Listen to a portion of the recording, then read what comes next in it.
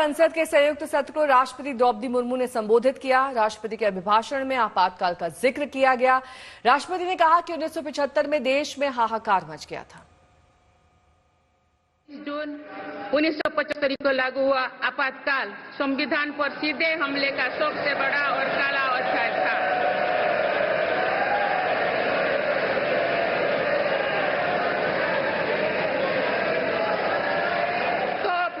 देश में हाहाकार मच गया था, लेकिन ऐसी असंवैधानिक ताकतों पर देश ने विजय प्राप्त करके दिखाया, क्योंकि भारत के मूल में गणतंत्र की परंपराएं रही है। मेरी सरकार भी भारत के संविधान को सिर्फ राजकाज का माध्यम भर नहीं मानती, बल्कि हमारा संविधान जन चेतना का हिस्सा हो, इसके लिए हम प्रयास कर रहे हैं। वहीं संसद में राजदंड की मौजूदगी पर सियासत शुरू हो गई है। विपक्ष ने इसे राजशाही का प्रतीक बताते हुए संसद से बाहर करने की मांग की, तो बीजेपी बचाव में उतर आई।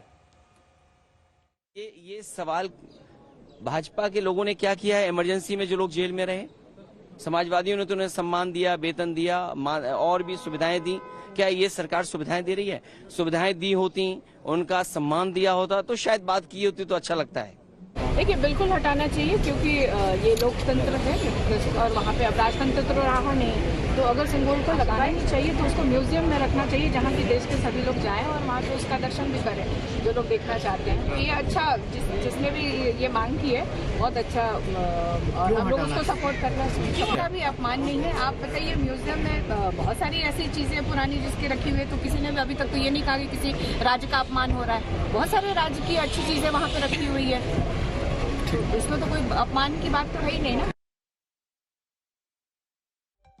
शेंगोल तमिल भाषा शब्द है, उस माने हुए राजदंड। राजदंड माने राजा की छड़ी, राजा डंडा। कभी देश में राजपाट था राजाओं का, तब शेंगोल का महत्व था। राजा अपने दरबार में न्याय करने के लिए शेंगोल साथ बैठता था और डंडा पीटता था। तो ना खाता ना बही, राजा साहब ने जो कह दिया वही सही। अब देश में लोकतंत्र है और लोकतंत्र को चलाने के लिए संविधान है। हमारा मामला है, हमारा मानना है कि अब शेंगोल का महत्व नहीं है। ये ताकत मिले, जीत मिले, बहुत अच्छी बात है, जीते हैं। लेकिन ये लोगों की बुद्धि ऐसी हुई है तो प्रभु राम को ही रिप्लेस कर रहे थे। उस दिन तो उन लोगों ने अपने सांसद ही को प्रभु राम की तुलना कर दी थी। तो ये इससे कहते हैं कि पूरी मति भ्रष्ट हो गई है और ये अपने पतन की ओर शुरू, बोलते ना, शुरू नहीं हुए कि खत्म होने की तैयारी हो गई। संसद में संविधान का जो पृष्ठभूमि है और संसद एक दूसरे के पूरक है। सम्मान, स्वाभिमान और अभिमान के प्रतीक है संसद। तो वहाँ राजशाही की परंपराओं का अवलोकन करें और हम उस परंपराओं को बढ़ावा दे, तो हमारा इतिहास आने वाले पीढ़ी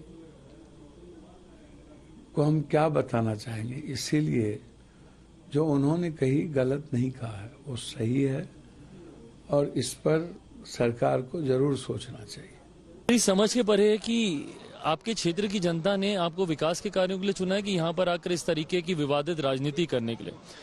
भाई, जिस तरीके से ऐसे प्रतीकों को गलत दृष्टि में इतने दशकों से दिखाने का प्रयास किया गया, आज जब हमारे प्रधानमंत्री जी के द्वारा उन्हें उचित सम्मान दिया जाता है, क्यों इन्हें इन सारी चीजों से ऐतराज होता है?